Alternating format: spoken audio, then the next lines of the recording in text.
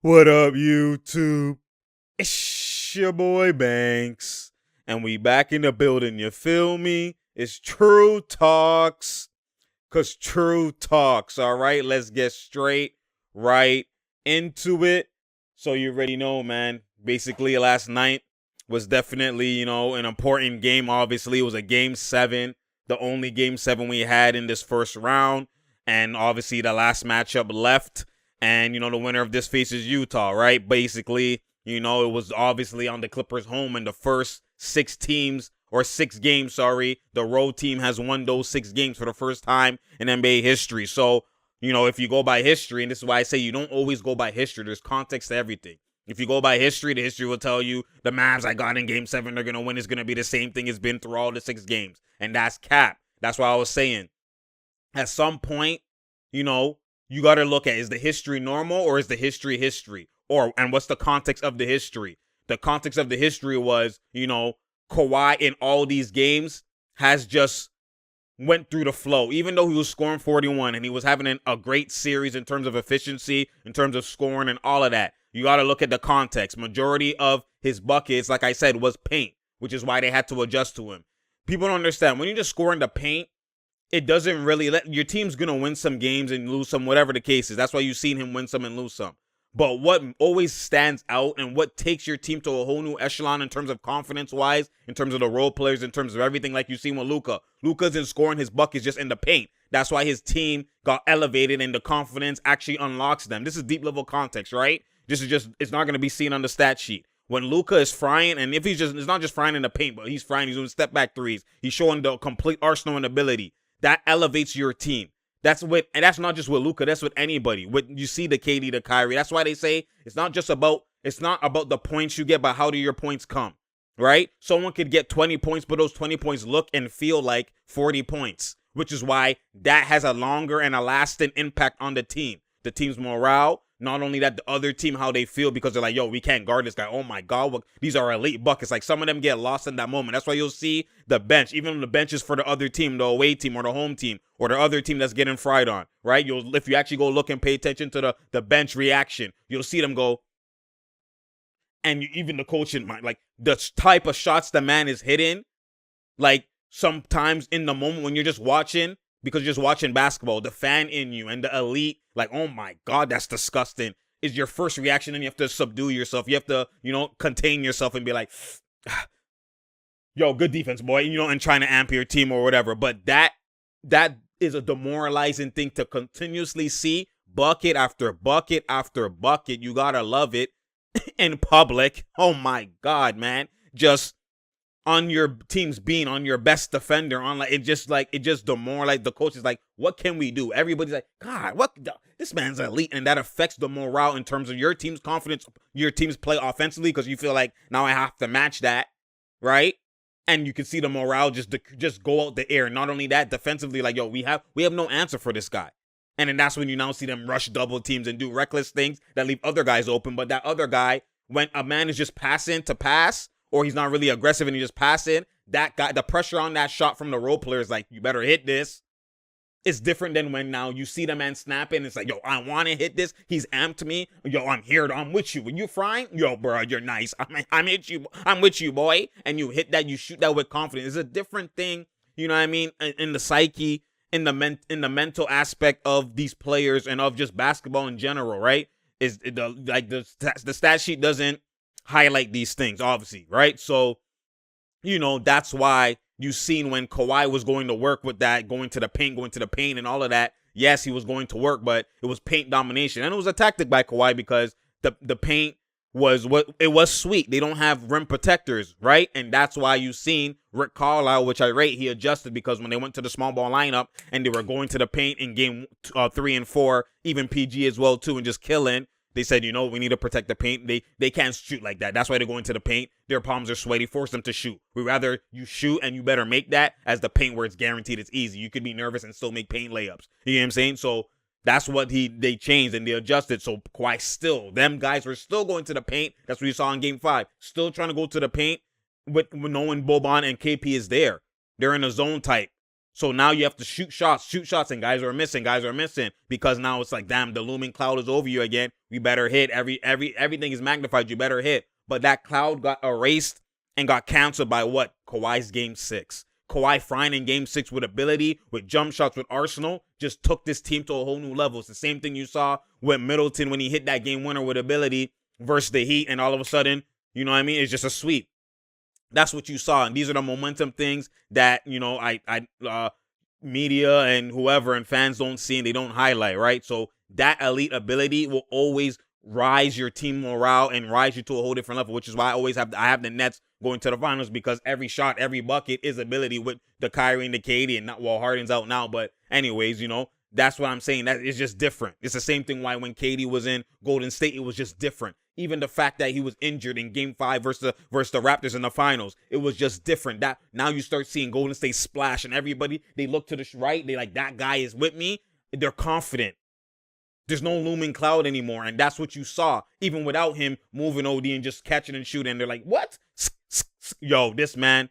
And that's what people have to account for, and they don't really. Only if you know, you know. You know what I'm saying? But like, that's why I try to highlight and give IQ. That's what I do. But you know, it is what it is. But again, that's why I knew Game 7 will be a whole different story, because I wanted Kawhi to wake up. When he wakes up, everybody else wakes up. It's the same thing you see with the Raptors, which is why I say, yes, role players and everyone else, you can't win by yourself. But that guy is he's really the reason. He's the culprit of everything. Even when you snap, yes, it's you snapping, but he's the reason you snapping, because mans don't pay attention to you, or they're forcing you to eat off of catch and shoots and off of easier ability because they're paying attention to him. Like, it's a chain reaction, and the culprit, the root of it all is him. That's why you saw when Kawhi was removed, you saw how they looked Fugazi in the bubble. And if OG didn't hit that shot, they probably were going to get swept. And that shot for OG unlocked even the Raptors to play more free. So it's just, you know, and that's why, you know, before Kawhi second round exits and Fugazi exits, with Kawhi finals, without Kawhi, back to the same thing. And that's what people don't understand. So I went too long on a tangent. I digress, my fault. But let's go into that context, because I give it that context. Let's go straight right into it, boy. So let's take a look at Morris first. Kawhi draws the double. You can see Morris. He takes it slow, and then boom, boom.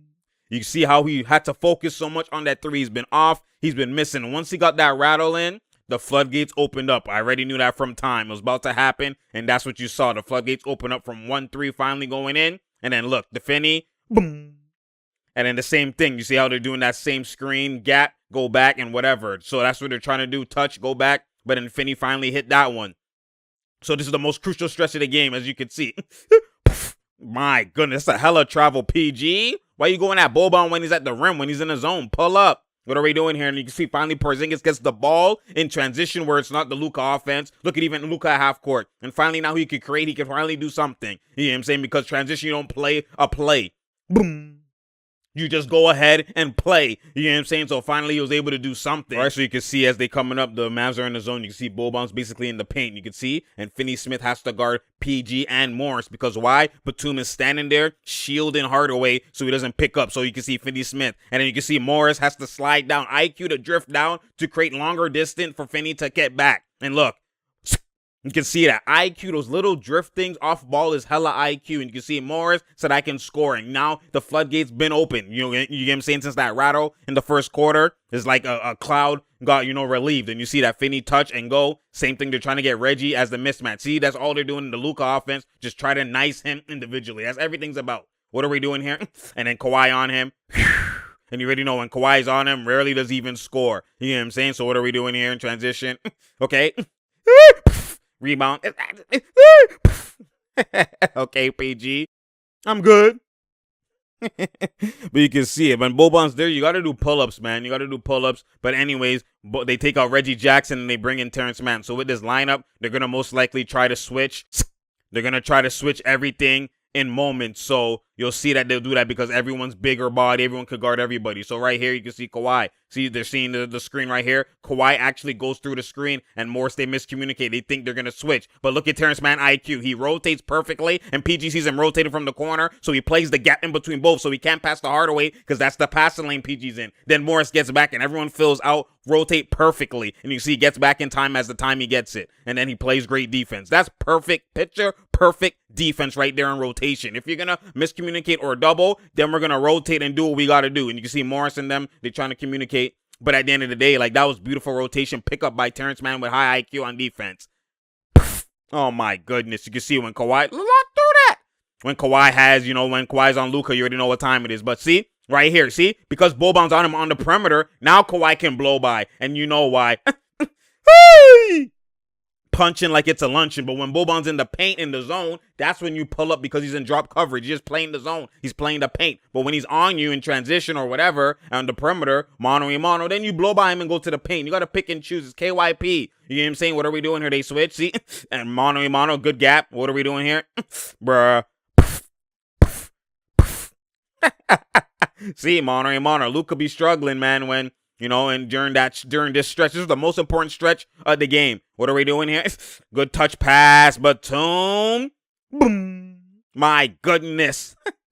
He reads the room. Bruh, Batum's touch pass game is on 1,000. Look at this. Morris said I could score it. Once that rattle goes in, that first one, and he finally got the cloud over him as I hit one, finally. It unlocked everything. But listen right here. Well, I spoke to Raptors coach Nick Nurse this morning and asked him what he remembered about Kawhi in that Game 7 that Toronto won in Philadelphia a couple years ago. Kawhi, of course, hitting the signature shot of his career. Nurse said he kept trying to call plays for other guys, and the other players kept replying, "Keep running angle." It's a play where Kawhi runs a screen and roll and shoots. Nick said that he asked the guys, "Do you guys just want Kawhi to take every shot?" They pretty much said yes, that Kawhi is just so calm and steady in these high-pressure situations. See, we'll talk about that after, but you see right there, see what they did on defense? They switched everything and forced everyone to one-on-one. If Luka can't score one-on-one, then all the role players have to do something they're not used to doing, which is one-on-one. That's what they have to do. What are we doing? Good bomb. Bro. T-Man played well, bro. What are we doing? Good move. And you see the confidence comes now. Man's doing spin fades. That's what I like to see. What are we doing here? Kill. That's kill. That's kill. Everything's through Kawhi and PG. They double. See? They double. Then you got to rotate. That's got to go. But you see, everything comes from PG and Kawhi drawing attention. And then all the role players and everybody else gets open shots. What are we doing? See? Everything switch. See? Mono Luka offense, ISO. If it doesn't work, then what's going to happen? See? Then trap randomly. Good man's positioning on defense. His IQ on defense is actually hella high. That boy, man. Well, good one more. Good one. Kill him then. Kill. Okay. Go back to court. Good backdoor. Great backdoor. See, Luka, his off-ball defense is fugazi. But, at the end of the day, you gotta read the situation and read what's going on. And that's why you gotta understand that, like, dry lip Kawhi, jailbreak Kawhi is actually different. He's back. What are we doing here? See? Okay, Luka has the ball. Obviously, no action. Okay, right here. So finally, they put Luka in some type of action. See right here? They're going to pass and then handoff. See? And then he gets a one-on-one off the handoff at least. Good take, boy. And see, he got the one-on-one. All these actions are just for Luka one-on-one. Like, it's a Luka offense. That's what it's all is. So that's why you see Porzingis announce his frustration. And that's what I'm talking about, this Luka offense, you know what I'm saying? If he's not cooking and if he's not frying, then everybody has to score off one-on-one and helter-skelter in situations they're not known to. See? So switch everything, see? One-on-one for Luka again, the Luka offense. And what are we doing here? And he's either going to have to score or that's why you... And rebound, D-Sound, his free throw be atrocious. But that's why you see him put up 40s and put up big numbers. And sometimes they win, sometimes they don't. It doesn't... Oh, that's a travel. But you see, they double, gotta go. Morris said I can score it. The floodgates has opened up. The floodgates is open. But that's why you see Luka is like, it's either him or die, and that's what it is. See, and but they call a foul again. But that's the difference, man. You can't beat an offense. You can't beat a system. Good pass, my boy. Good pass. You see, PG comes out because he got foul trouble now. Motherfuckers won't let me stay inside the game. You can see he's hella mad, obviously, because they're calling hella fouls on him. They're obviously doing that. And look right here, switch, see the gap, see touch, and then go. Luke Kennard, obviously, they're just trying to do this all for Kennard to get switched onto Luke. And then IQ by Kawhi plays the gap in between both of Burke and Finney, and then gets back to Finney. Doesn't overcommit. plays perfectly, and you can see he just canceled all of that action. Now you have the one-on-one back end of the clock role player. See? And then look, put in a bad situation, people are gonna look like Trey's ass or Porzingis is garbage and all of this type of stuff. And it's not. Look at the offense they're in, and that's what people don't pay attention to. Look, oh, this gotta go. Kawhi, nah, please don't try. Stop, boy. Good pass. Kawhi's disrespectful. He's saying good pass because he clapped the whole rim and it went back to me. It basically was a good pass. Boardman gets paid. Kawhi's here, man. What are we doing? Oh, okay, they're just trying to get Luka on him. And then look, bad situation. And look, man's have to create, like, that's what I'm saying. And Luka's also at half court, no off-ball game. Great pass. Shoot it, man, in his head. Boban, you better kill Boban. Kill him. That's a blow by. You know why. You have to. Do a 1-2 move, go by. Has to be. That's an island. You better fry him. Oh, they doubled. Good touch pass game, bruh. Batum's touch pass game is actually hella elite. Hella elite. What are we doing here? They doubled by accident. Didn't mean to. See? You see what Luke did? He chose Kleba and went down on Boban, so he had to pass to the corner. Make those guys have to shoot when in the pressure situation. Double, real double, nothing there. Yep, good IQ. And then watch, pay attention to the off ball here. This is why you have high IQ role players. The whole left side is overloaded, right? Where Batum and Luke Kennard is all overloaded. But look at Batum's IQ. Because they're in the zone, Batum cuts at the perfect time, and Luka now has to react to him and takes him out of his area in the zone because that guy will be wide open. And then look, Luke Kennard drifts down and fills out Batum's spot IQ, and you can see Luka like, and they drift down. Perfect, bruh. My goodness. People don't see these things in real time. That's beautiful. Oh, these guys. It's what we need. Because he's like, yo, great pass. Kawhi, IQ, he's not going to work. OD, game 6 opened up everything. And that's what people don't understand. It just takes one game, one moment to change everything. Blow by. Hey, my God, that's disgusting. You got to trust him, okay, Luka? I get buckets like I'm Luka. What are we doing here? Double. Gotta go. Oh, go to work, everybody. Go to work. My goodness. Luke, he said nothing about my buckets. Is Floke? What are we talking about, man? This was a crucial stretch that just blew out the whole game. That's what I'm talking about. You see? They're in a zone, drive and penetrate everything off Kawhi. Shooters now get open shots. It's all different when Kawhi's there. This is what I'm talking about. It's the same thing with the Raptors. It's different when Kawhi draws the attention. What are we doing? Look, no switch. You got a one-on-one. Oh, you better make that. That's a tough shot, bruh. That's what you want to force mans to do. I'm telling you, look at the difference. Look how mans played offensively and how it all became Luka, and he wasn't able to kill on the one-on-one. Why? Because at the end of the day, Luka's offense, and then when you pay attention to him, when you force Kawhi to be on him, then that's what it is. And look what it is, man. 24-4 run to end the quarter, and that will open up the whole game. And that's Game Boy, no Nintendo. And this is exactly what I'm talking about, man. This is what elite looks like. I didn't even need to show the whole game. That stretch right there is what broke the whole game. That was the most important stretch. That was the most important factor of what happened. That just removed the whole game, and the cloud went off, and the team was just moving elite. So Morris was struggling. Even with the Kawhi game, was missing. He just came, and that's why he took so long at that one shot, like I showed. He took so long because he's like, you have to, you're not overthinking on your shots. You're like, you know what? That's what you'll see, guys. Guys do quick, when they're feeling it, things like this. You'll see guys when they're feeling, they just do a move, an elite move, and then quick release, flick back. You feel nice. You see sometimes even when man's doing a nice layup, they land and they switch their feet like this. They do the, they switch their feet. And that's when a man feels nice when he makes a layup. Fry, CJ, and then Euro, whatever, nice layup. And then man's when they land, do the switch feet, and then they feel nice, right? You're doing like that dance. You're doing that dance. So when you do that with the switch feet, and you'll see, if you really know, like, this is why I say I know ball. Like, mans can talk how they talk all day, every day, but I'm bringing things that to the table that mans don't even notice, right? And the reason why I do that is because only if you been there, done that, that's the only way you would know. This is from experience, right? When mans do that little, that switch feet, that's when mans have a pep in their step. You can just tell how a man moves, how a man jogs, when there's confidence at hand, right? So that's the same thing with the release point, right? When a man shoots now, if a man, you'll notice, When men shoot and they do quick releases, that's when they're in the heat check bag. They scored a couple ones, like they're feeling nice, and that's when they're at their most confidence with that quick release. The Steph shooting, looking away, like all those quick releases, mans are already, they're feeling like the rim is open to them. They just feel, they have that feel, right? That you can't really explain unless you've been in that. You can only experience it to know what that feel means or what it feels like, right?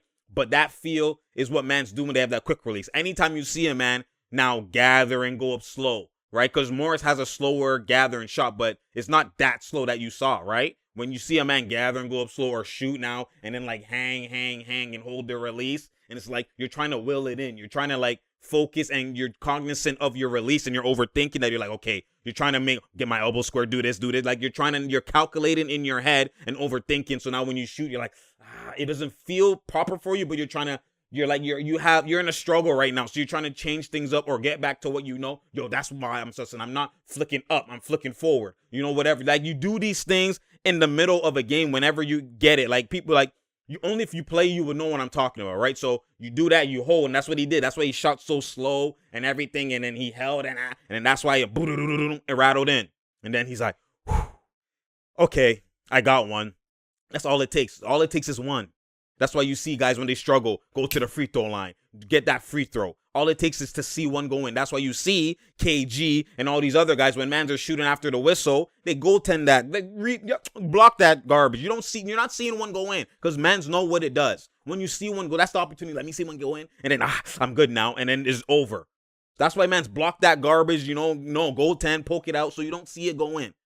Only for you to see it go in, it better be in the game time. You better figure it out. You're not gonna take an opportunity now and then, or wait till halftime. You're not on my watch. No way. And that's what that means, right? So now that you see that, the floodgates open for Morris. It was over. It was over. I already knew. That's why his next two shots after that, all of a sudden it swishes. It's not even no rattles. And then obviously now he's in rhythm. He's in rhythm. Any shot he has, no pass fake, no look away, no one more. I'm shooting that. You know what I'm saying? And that's what you saw. So, and then not when you see that too as well, yeah, now the other role players and now it just uplifts. You see Terrence Mann coming, go to work, doing dribble pull up. Like, come on now. And that starts from the Kawhi game.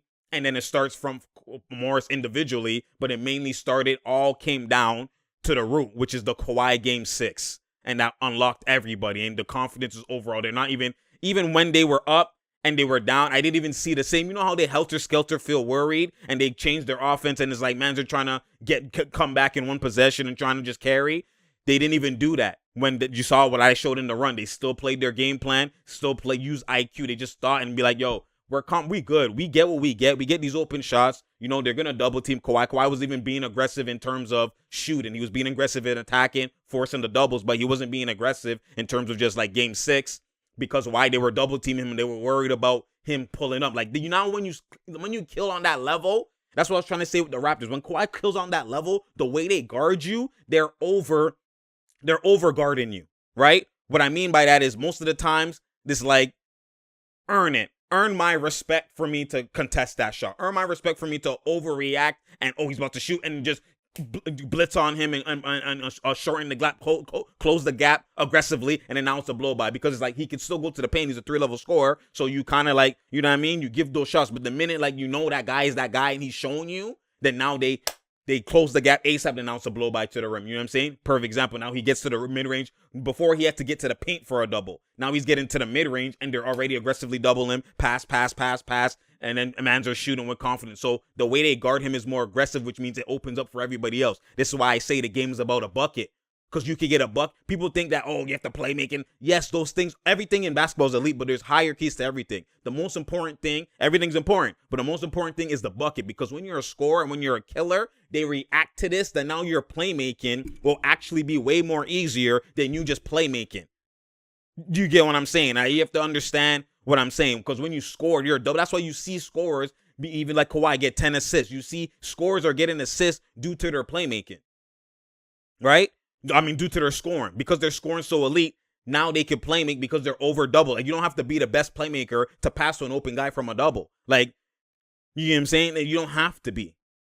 So that's what people don't understand. Like, playmaking is only a necessity, like, as a point guard or, like, the way you play, obviously, in pick and roll, and having, like, when you want to break down the playmaking, yes, now you can see there's levels to this. Reading the pass, okay, picking the right one, reading the defense, making the right reads and all that type of stuff. Yes, that's crucial in playmaking. There's levels to even of that, because now you can talk about the pass. Is it in the pocket? Is it too low? So now he has to go hella lower, and I'll make the shot where it's more so he made the shot, not like the pass nice you to make the shot, right? There's multiple levels to everything. Rebounding is levels, like, is he grounded, or does he have Caleb positioning, IQ, when he shot on that side, go to the next side. Like, there's so much levels to everything. Defense, there's levels to everything. There's levels to rebounding, levels to coaching, levels to shooting, levels to shot creating, levels to bucket getting, levels to passing, right? Levels, like I said, to rebounding, boxing out, levels to everything, just IQ and levels to intangibles, right? There's levels to everything.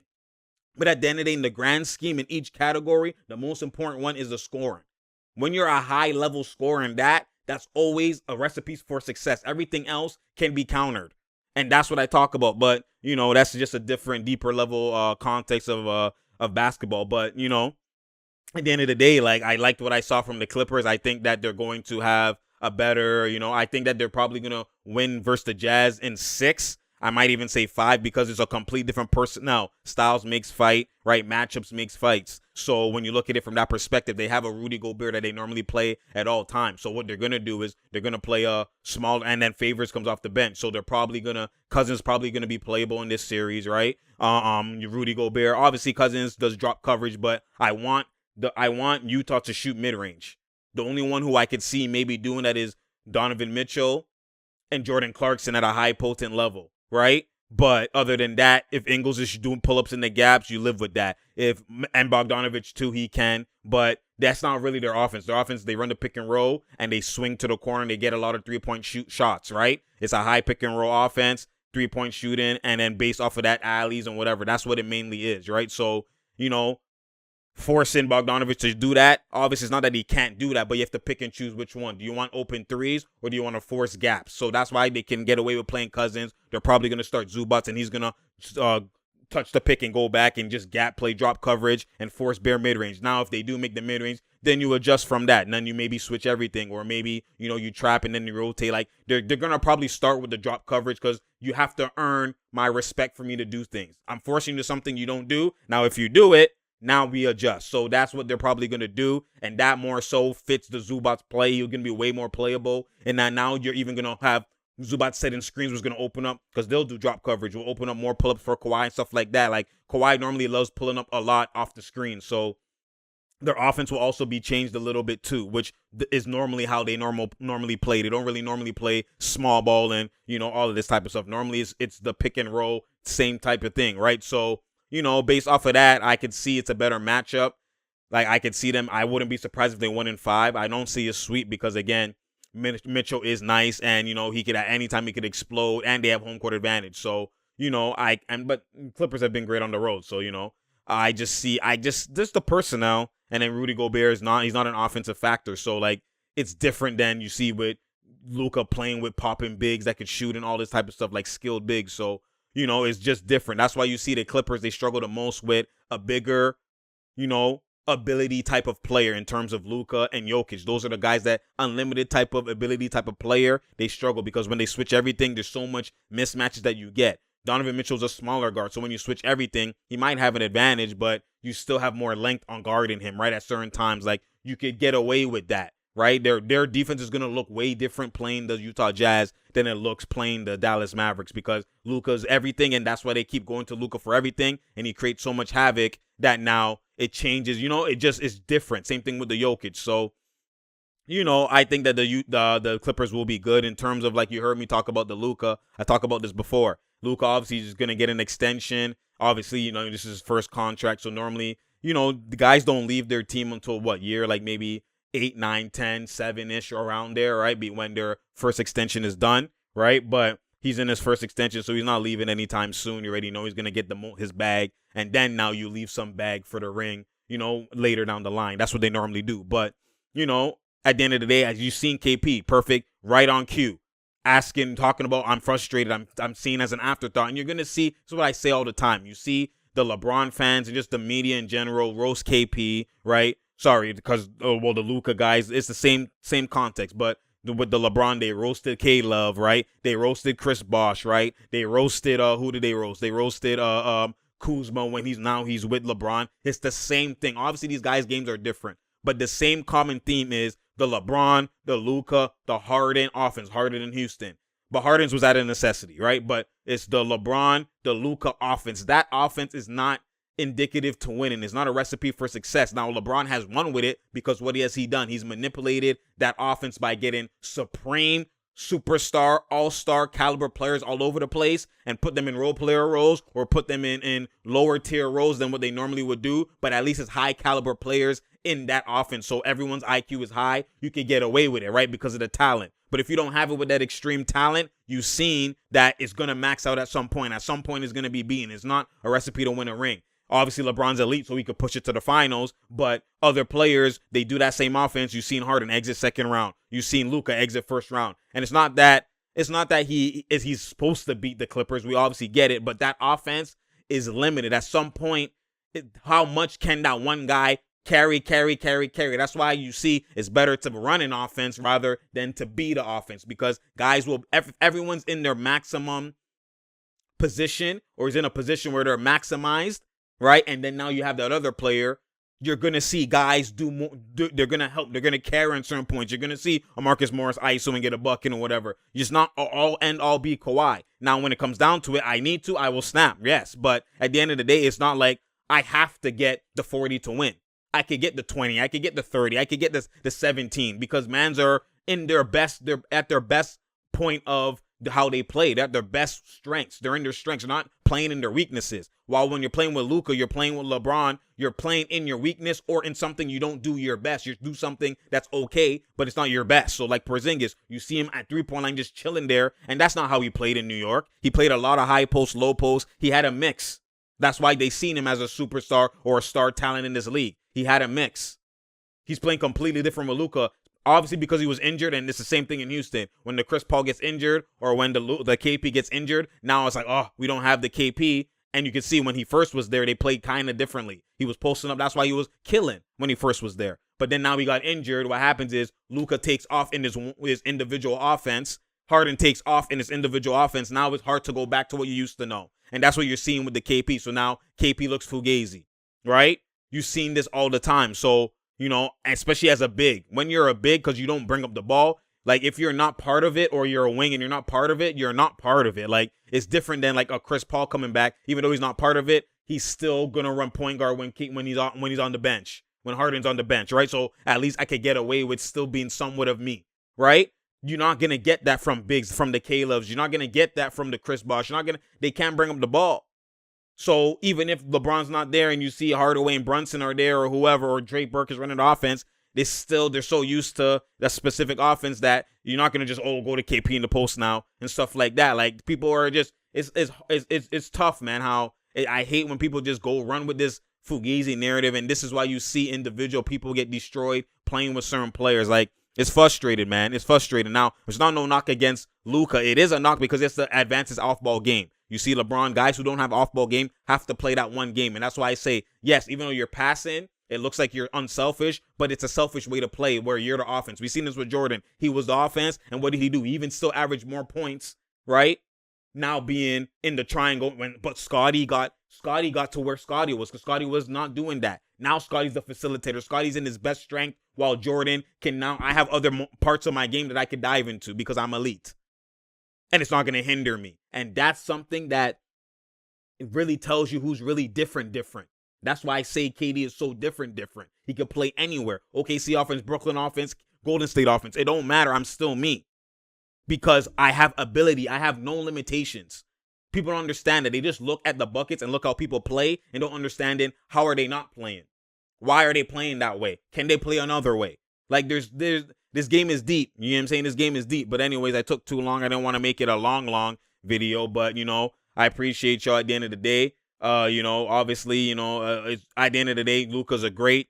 Luka is like, he's on the trajectory for like a top 10 of all time. You already know, like what he's doing is actually reckless. So, I'm happy at the end of the day that Luka, he went game 6. The next year, he went game 7. So he looks like he's advancing every single year. That's what he's doing. And he even had a horrendous start to this year with COVID, coming in overweight, all of that, right? So the fact that he turned it around, the team turned it around, like, there's still a blueprint for Luka to be built. There's just some minor changes that if you want to win a ring and have real success, there's some things you're going to have to sacrifice and some things you're going to have to advance in your game, or the team's going to have to just surround you with the most elite type of talent to play in that system. So, we'll see how that transpires. And normally that comes down later down the line. It's not going to come anytime soon because, that's just how it normally is. That's why you don't be seeing young guys win at the pinnacle of their career. Like, it's rare that you see that. But anyways, it's True Talks, because True Talks. Share, like, and subscribe. We out here. There's no down here. There's no drought here. You feel me?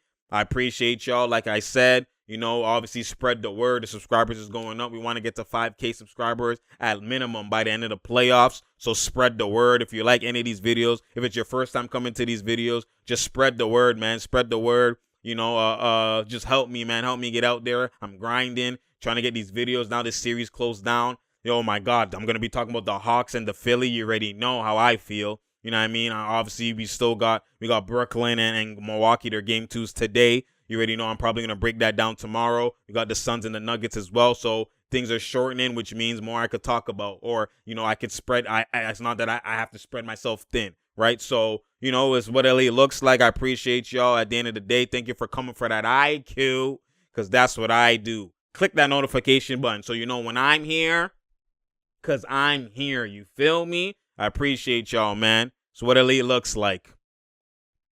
And I'm out, man.